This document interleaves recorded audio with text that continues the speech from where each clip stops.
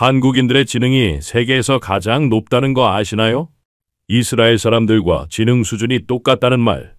이스라엘 사람들은 금융 쪽에 그 머리를 써서 부자가 되었는데, 이젠 한국인들이 첨단 기술에 자신들의 머리를 제대로 쓰기 시작했어요. 한국은 제조업에서 눈부신 성과를 거두었고, 솔직히 조금 안주해 있었어요. 근데 한국이 다시 움직이기 시작했거든요. 한국이 곧 차세대 실리콘밸리가 될 거라는 말, 거짓말 같으세요? 지난주 뉴욕 맨해튼 월스트리트에서 있었던 일입니다. 글로벌 투자회사 골드만삭스 임원들이 모인 긴급 회의에서 한 사람이 이렇게 말했습니다. 지금 당장 한국에 투자하지 않으면 10년 후 우리는 후회할 것입니다. 그 순간 회의실이 조용해졌습니다. 30명의 투자 전문가들이 모두 그를 바라봤죠.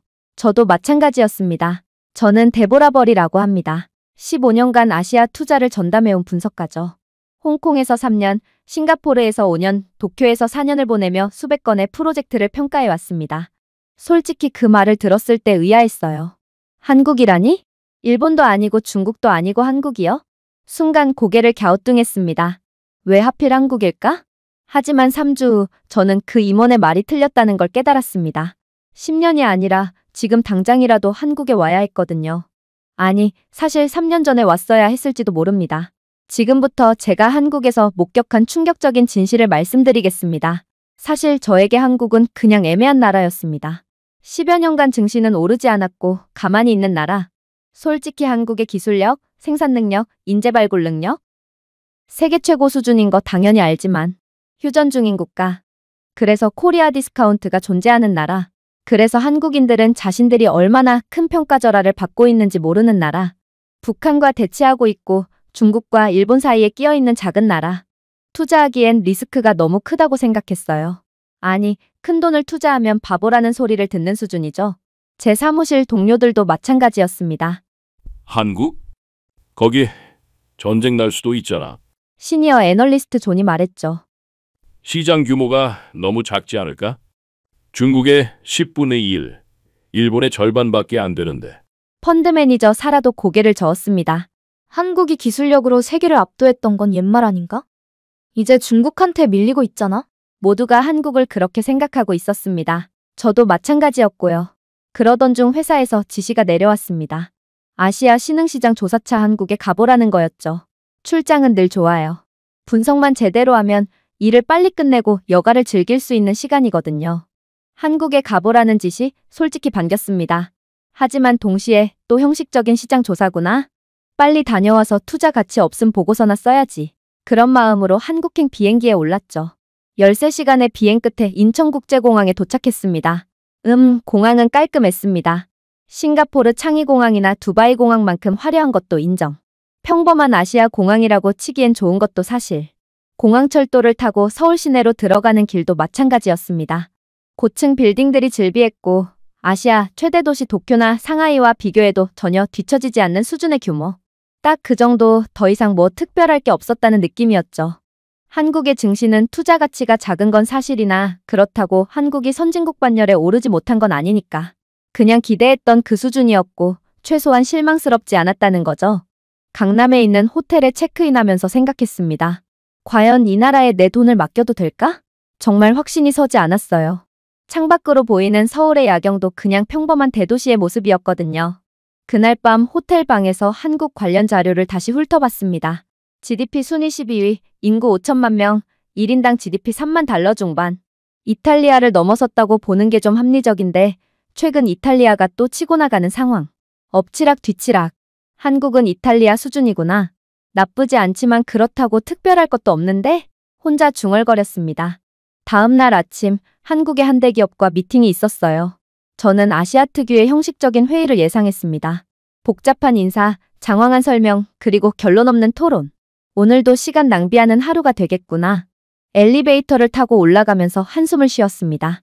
그런데 회의실 문을 열고 들어간 순간 뭔가 달랐어요. 안녕하세요. 안호준 실장이라고 합니다. 한국 대기업 전략기획실장이 악수를 청했습니다. 첫인상은 평범했어요. 40대 중반, 정장 차림의 전형적인 아시아 비즈니스맨이었거든요. 오늘 시간 내주셔서 감사합니다. 그럼 바로 시작하겠습니다. 저는 아시아 특유의 길고 형식적인 인사를 예상했는데 그는 곧바로 본론으로 들어가더라고요. 혹시 2035년 글로벌 반도체 시장 예측 보고서 보셨나요? 갑자기 구체적인 질문이 나왔습니다. 저도 모르게 긴장했죠. 네, 물론입니다. 1조 달러 규모로 성장할 거라고. 맞습니다. 그런데 그 보고서에서 놓친 게 하나 있어요. 안 실장이 프로젝터를 켰습니다. 화면에 나타난 자료를 보는 순간 저는 깜짝 놀랐습니다. 그것은 단순한 PPT가 아니었습니다. 향후 15년간의 기술 로드맵이 월별, 분기별로 세밀하게 짜여 있었거든요. 심지어 각 단계별 예상 변수와 대응 시나리오까지 포함되어 있었습니다. 어떻게 이렇게 구체적으로? 제가 중얼거리자 김 실장이 미소를 짓더군요. 저희는 5년 전부터 준비해왔습니다. 플랜 A부터 플랜 D까지요. 심지어 중국이 공급망을 차단했을 때 시나리오도 있어요. 플랜 D까지요? 저는 충격을 받았습니다. 제가 지금까지 만난 아시아 기업들 중에서 이렇게 체계적으로 준비된 곳은 처음이었거든요. 데보라 씨, 질문 하나 드려도 될까요? 혹시 실리콘밸리 기업들은 보통 몇 년 계획을 세우죠? 보통 3년, 길어야 5년 정도요. 저희는 15년입니다. 15년이라고요? 저는 귀를 의심했습니다. 경영 환경이 이렇게 빨리 변하는데 15년 계획이 의미가 있을까요? 제가 의구심을 표하자 실장이 다른 자료를 보여줬습니다. 이건 저희가 10년 전에 세운 계획입니다. 그리고 이건 현재 상황이고요. 두 자료를 비교해보니 놀라웠습니다. 90% 이상이 정확히 맞아떨어지고 있었거든요. 어떻게 이게 가능하죠? 한국인들은 미래를 준비하는 데 익숙해요. 전쟁을 겪었고 경제 위기도 여러 번 극복했거든요. 그래서 항상 최악을 가정하고 준비합니다. 회의가 끝나고 나서 저는 깊은 생각에 잠겼습니다. 이 사람들이 이렇게 체계적이었나? 뭔가 제가 알던 한국과 달랐어요. 분명히 그동안 제가 한국에 대해서 뭔가 놓친 게 있었습니다. 그 다음 날 판교에 있는 스타트업 단지를 방문했는데요. 사실 별 기대는 하지 않았어요. 한국은 대기업 위주로 돌아가는 국가이고 한국의 대기업에 어제 만난 안 실장처럼 인재들이 있다는 게 솔직히 이상하진 않고 당연한 거라 생각했어요. 그리고 그런 인재들이 모여있는 한국의 대기업이 한국의 지금을 만들었다고 생각했으니 아무래도 스타트업은 대기업 하청업체 수준일 거라고 생각했거든요. 한국을 깔보려고 했던 게 아니라 그저 저는 한국의 대외적인 이미지 그대로를 받아들이고 있었던 거죠. 그런데 첫 번째 회사에 들어가자마자 입이 떡 벌어졌습니다. 안녕하세요. 저는 박지민이라고 합니다. 27살 여성 CEO가 저를 맞았습니다. 27살이 CEO라고요? 저희 회사는 양자 컴퓨팅 기반 AI 솔루션을 개발하고 있어요. 양자 컴퓨팅이라니. 그것도 20대가요? 저는 놀라움을 감출 수 없었습니다. 혹시 어떤 프로젝트를 진행 중이신가요? 저희는 미국 MIT와 협업해서 양자 컴퓨팅 기반의 AI 시스템을 개발하고 있어요. 몇 년 안에 상용화가 되면 추후 나사랑도 계약을 할 예정인데 그래서 업무 협약서 정도는 작성되어 있어요. 나사요? 제가 잘못 들은 건가요? 정말 미국 그 우주 관련된 나사 말씀이신 거죠? 네, 맞아요. 여기 협약서도 있어요. 박 대표가 보여준 계약서는 진짜였습니다. 나사 로고가 선명하게 찍혀 있었거든요. 어떻게 이런 일이 가능한 거죠? 저희 기술의 발전이 빠른 편이거든요. 추후 성공 시 계약하겠다는 협약이긴 하지만 어쨌거나 나사도 인정한 거죠. 진짜 제가 계약을 따내려면 더 노력해야 하긴 해요. 그 당연하다는 듯한 말투에 저는 더욱 놀랐습니다. 27살이 대표로 앉아있는 기술 스타트업 회사가 미국과 큰 대형 계약을 앞두고도 이렇게 담담할 수 있다니. 두 번째 회사는 더 충격적이었습니다. 저희는 전 세계 자율주행차 사고율을 0%로 만드는 게 목표입니다. 30살 남성 CEO 배채훈 씨의 말이었습니다. 0%요? 그게 가능한가요? 가능해요. 저희 AI 기술이면요. 차량 내 5G 통신 기반 칩으로 서로 위치를 실시간으로 인지하도록 해서 사고율을 없애다시피 하는 거죠. 실제로 확인해 보시겠어요? 배 대표가 저를 테스트 트랙으로 안내했습니다. 그리고 실제로 자율주행 시연을 보여줬는데 정말 완벽했습니다. 갑자기 나타난 장애물, 급격한 날씨 변화, 다른 차량의 끼어들기. 모든 상황에서 완벽하게 대응했거든요. 대체 어떻게 가능한 거죠? 한국 사람들은 완벽주의자예요. 99%로는 만족하지 않아요. 반드시 100%를 만들어내죠. 미국에서 수십억 달러씩 투자받는 AI 스타트업들과 비교해서 한국의 자본 환경, 연구 환경은 그야말로 열악하기 짝이 없었는데 기술 구현은 차이가 없는 수준이었어요.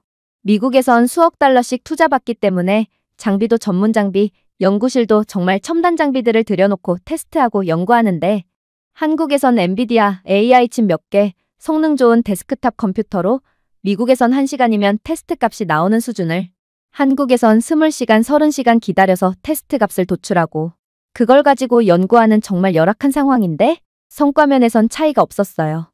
그리고 배 대표님을 통해서 놀라운 사실을 알게 되었는데요. 솔직히 미국이 부러워요. 우리 같은 스타트업이 미국에서 창업했다면 이미 저는 백만장자였을 겁니다. 미국에선 조금만 가능성 있어도 투자자들이 돈을 들고 찾아오니까요. 근데 한국에선 정부 지원금을 받아서 이렇게라도 할 수 있는 게 다행이고, 그리고 한 가지 자부심이 있다면 한국은 AI 연구자 10만 명당 AI 특허 수가 전 세계 1위예요. 10만 명당 21개의 특허를 가지고 있는데 미국과 중국은 5개, 4개 수준이거든요. 그런 걸 보면 한국에 투자만 제대로 들어오면 5년 안에 한국이 세계를 지배할 거라고 확신해요. 우리의 열악한 환경을 보세요. 미국의 수억 달러짜리 프로젝트 팀과 비교해서 오히려 우리가 기술력적으로 앞서고 있거든요. 돈이 문제죠. 그 돈이 뭐라고. 저는 배 대표님에게 조금 날카로운 질문을 했어요. 그럼 미국으로 가서 창업할 생각 없어요? 대표님이 미국으로 회사를 옮기면 당장 제 권한으로 1억 달러 정도는 투자해드릴 수 있는데요. 죄송하지만 이미 다른 미국 투자회사에서 3억 달러 투자 제안도 받았는데 저는 아직 여기 있어요. 솔직히 돈 때문에 해외로 떠나는 AI 인재들이 많기는 해요. 이해 못하는 바는 아닌데 그래도 저는 한국의 가능성을 아직 보고 있어요. 정부에서도 투자도 늘리고 있고 솔직히 진짜 천재는 한국에 많거든요. 조금만 있으면 그런 한국인들이 다들 뭉칠 거라고 봐요. 아직은 돈이 부족해서 안 되지만 그런 생태계가 만들어지고 있으니 좀 기다려보는 거죠. 그래서 당장 돈 때문에 그러고 싶진 않아요. 그 이야기를 들으며 저는 한국인들에게는 무언가 애국심 같은 게 있다는 걸 느꼈어요. 고작 3번째 회사 방문이었지만 사실 첫 번째 대기업 실장님도 그랬고 젊은 여자 CEO도 그랬고 지금 배 대표님도 마찬가지로 애국심이란 개념이란 게 마음속에 있었고 그래서 결국 개인의 이름보단 한국에 누가 해냈더라. 이런 것들에 더 가치를 두고 있더라고요. 또 자본금에 대해서 말해보자면 미국처럼 엄청난 투자가 들어오는 상황이 아니더라도 열정으로 그 엄청난 자본을 가진 회사들과 경쟁해서 뒤처지지 않고 있다는 것? 이쯤 되니 한국이 대단해 보이지 않았다면 거짓말입니다. 투자 시장에서 철저하게 외면받아와서 그렇지 한국에 제대로 투자를 한다면 투자회사 입장에서도 신화를 써내려갈 수 있겠다는 생각마저 들었어요. 보고서를 대충 작성하고 여유나 즐기다가 돌아가겠다는 생각은 이미 접었습니다. 일생일대의 기회, 뜻밖의 한국에서의 기회라고 생각이 들더군요. 무엇보다 놀란 건 사람들이었어요. 그 뒤로 제가 여러 업체들을 방문했지만 공통적으로 모든 직원들이 마치 자신의 회사인 것처럼 열정적으로 일하고 있었습니다. 미국이나 유럽에서는 보기 힘든 광경이었죠. 왜 이렇게 열심히 일하세요? 제가 10번째쯤 방문한 기업에서 일하고 있는 한 엔지니어에게 물어봤더니 그가 웃으며 답했습니다. 우리가 세계 최고가 되어야 한국이 살아남으니까요. 그게 당연한 거 아닌가요? 당연하다고요? 저는 충격을 받았습니다. 그리고 저 말고도 그 회사에는 다른 투자자도 방문하고 있었는데요. 잠시 이야기를 나눌 기회가 있었어요. 독일 투자자였고 한스라는 인물이었어요. 저희는 3년 전부터 한국을 주목하고 있었는데 올해 드디어 대규모 투자를 결정했어요. 그리고 이 회사가 첫 번째 대규모 투자처입니다. 초전도 기술이 세계적으로 기술 경쟁이 치열한데 한국에 베팅해보는 거죠. 왜요? 왜 한국인데요? 그런 질문 따윈 필요 없었어요. 직접 보니까 답이 나오더라고요. 이 사람들은 미쳤어요. 좋은 의미로요.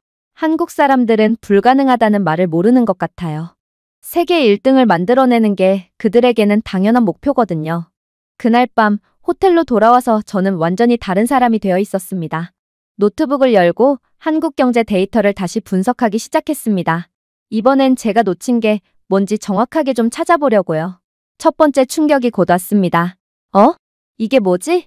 코로나 때 전 세계가 마이너스 성장을 기록했는데 한국만 플러스 성장을 했던 데이터. 2020년 마이너스 0.9%, 2021년 플러스 4.0%. 다른 나라들은 다 마이너스 5%, 마이너스 10%인데 한국만? 더 놀라운 건 그 다음이었습니다. 한국의 특허 출원 건수를 보니까 인구 대비 세계 1위더라고요. 심지어 미국보다도 높았습니다. 젊은 CEO 배 대표님이 말씀하셨던 것과 비슷한 맥락이었어요. 그 배 대표님은 AI 연구에만 한정돼 말했지만 다른 분야에서도 다를 바가 없었다는 사실이죠. 인구가 5천만 명인데 특허가 이렇게 많다고? 연구개발비 비중도 세계 2위였습니다. GDP의 4.8%. 이스라엘 다음이었어요. 그러니까 국민소득의 5%를 연구개발에 쓴다는 거네. 제가 알던 한국과 완전히 달랐습니다. 더 충격적인 데이터가 나왔습니다. 글로벌 기업들의 아시아 R&D 센터 설치 현황을 보니까 한국이 압도적 1위였거든요. 애플의 포항 R&D 센터, 구글의 강남 AI 연구소, 마이크로소프트의 광화문과 판교의 클라우드 센터, 페이스북 서울 VR 연구소. 이게 다 뭐야? 왜 이렇게 많아? 페이지를 넘기다가 더 놀라운 발견이 있었습니다. 테슬라도 한국의 배터리 연구소를 설립하려다가 차라리 한국에게 배터리를 구매하는 쪽으로 전향했고, 아마존도 물류 혁신센터를 만들려다가 한국에는 경쟁자가 있어서 포기했더라고요. 그 강력한 아마존이 한국에서 포기를 해? 한국의 쿠팡이란 회사 때문에? 심지어 넷플릭스도 아시아 콘텐츠 제작본부를 서울에 새로 건립했어요. 왜 다들 한국으로 오는 거지? 그때 문득 오늘 만난 사람들의 말이 떠올랐습니다. 한국 사람들은 완벽주의자다. 세계 1등이 될 때까지 포기하지 않을 것이다. 정말 한국인들은 불가능하다는 말을 모르는 것 같아요. 혹시 그래서였을까요? 더 깊이 파보니 놀라운 사실들이 줄줄이 나왔습니다. 인터넷망 완성도 세계 1위, 5G 커버리지 세계 1위, 디지털 정부 서비스 세계 1위, 온라인 교육 시스템 세계 1위. 이게 다 1위라고? 심지어 코로나 대응도 세계에서 가장 모범적이어서 이제는 K방역이라는 타이틀 아래 시스템이라는 소프트웨어를 중진국들에게 수출하고 있었어요. 마이크로소프트가 프로그램을 만들어 파는 것도 엄청난 인건비라는 단가가 있는데 한국은 그냥 조직도, 체계, 대응 매뉴얼을 공무원들이 제작해서 다른 나라의 시스템을 수출하며 말도 안 되는 수익을 올리고 있었다는 사실. 이제야 이해가 됐습니다. 왜 글로벌 기업들이 한국으로 몰려오는지. 한국은 단순히 제조업 강국이 아니었어요. 미래 기술의 테스트베드였던 거죠. 새벽 2시까지 자료를 분석하고 나서야 깨달았습니다. 내가 한국을 완전히 잘못 봤구나. 어째서 이런 나라가 휴전 중이라는 특이한 상황. 특히 핵위협에 놓여있다는 이유로 크나큰 디스카운트를 맞아 첨단 기술을 가진 한국의 대표 기업들도 미국 기업 대비 고작 10% 미만의 가치를 받지 못하고 있는지 이건 상식을 벗어났다는 생각이 들더군요. 삼성전자가 미국에 본사를 두고 미국 기업이었다면 글로벌 시가총액 5위 안에 들 수 있다는 옛 리포트들이 거짓이 아니구나 싶었죠. 근데 현실은 코리아 디스카운트 덕분에 자율주행 센서 하나 만드는 작은 회사보다 시가총액이 낮죠. 그래서 저는 시각을 바꾸기로 했습니다. 그 다음 날 아침 저는 서울 시내를 다시 둘러봤습니다. 이번엔 완전히 다른 눈으로요.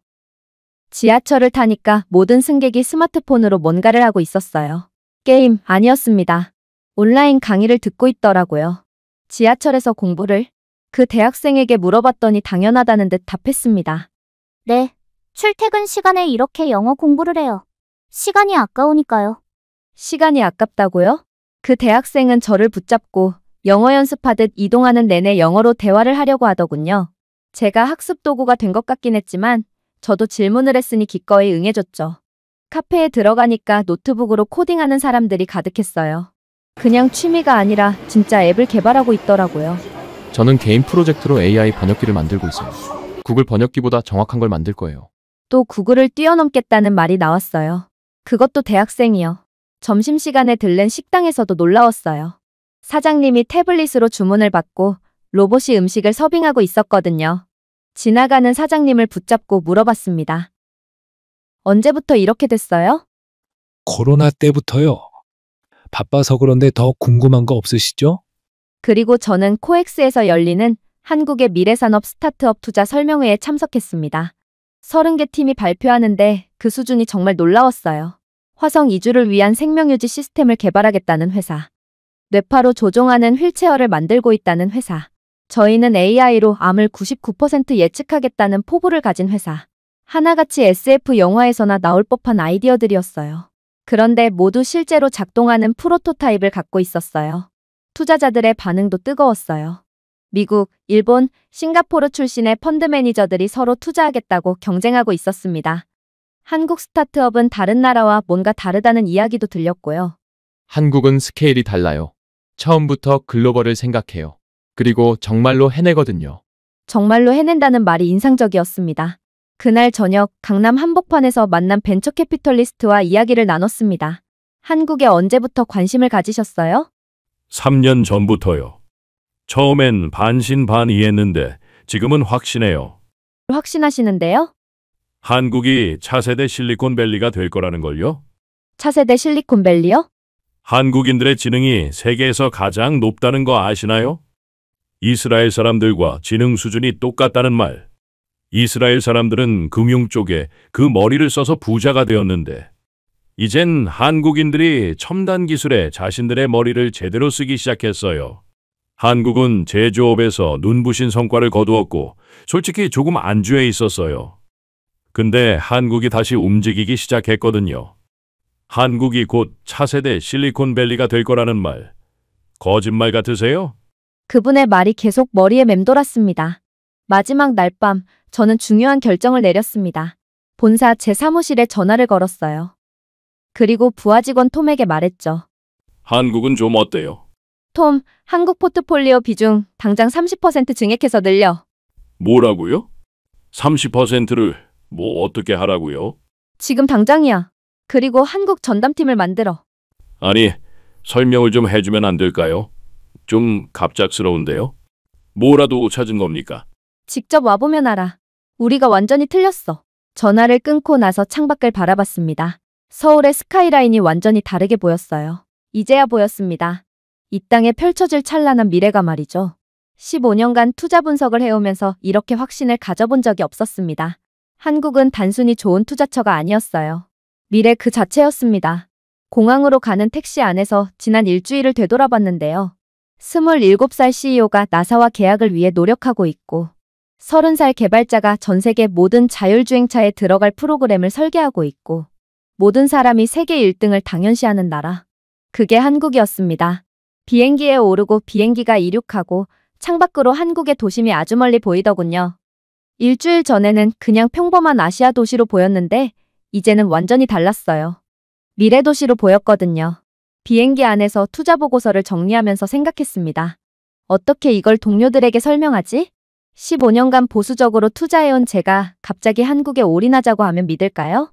하지만 확신이 섰습니다. 한국은 제가 지금까지 본 투자처 중에서 가장 확실한 곳이었어요. 리스크가 아니라 기회였던 거죠. 13시간 후 뉴욕에 도착했습니다. 다음 날 아침 첫 회의에서 저는 동료들에게 말했습니다. 한국에 대한 모든 편견을 버려야 해. 한국은 우리가 생각한 나라가 아니야. 완전히 다른 나라야. 그리고 일주일간 본 모든 것들을 설명했습니다. 처음엔 믿지 않던 동료들도 점점 진지해졌습니다. 우리 회사는, 정확히는 제가 운영하는 기금에서 한국으로 투자 비중을 우선 최대 30%까지 늘리기로 했습니다. 그리고 3달째 한국의 코스피 지수는 역대 최고치를 향해 달려나가고 있습니다. 제 예상은 적중했고 미친 성과를 보여주고 있습니다. 저는 이게 시작이라고 생각합니다. 한국 투자를 고민하고 계신다면 빨리 결정하세요. 꿈틀대다가 고민하다가 늦지 마시고요. 3년 전 제가 한국을 일찍 발견했다면 얼마나 좋았을까 하는 아쉬움이 아직도 남거든요. 지금까지 글로벌 투자 분석가 데보라 벌이었습니다. 오늘의 사연은 여기까지입니다. 지금 화면에 나오는 영상을 아직 시청하지 않으셨다면 지금 바로 시청해보세요. 감사합니다.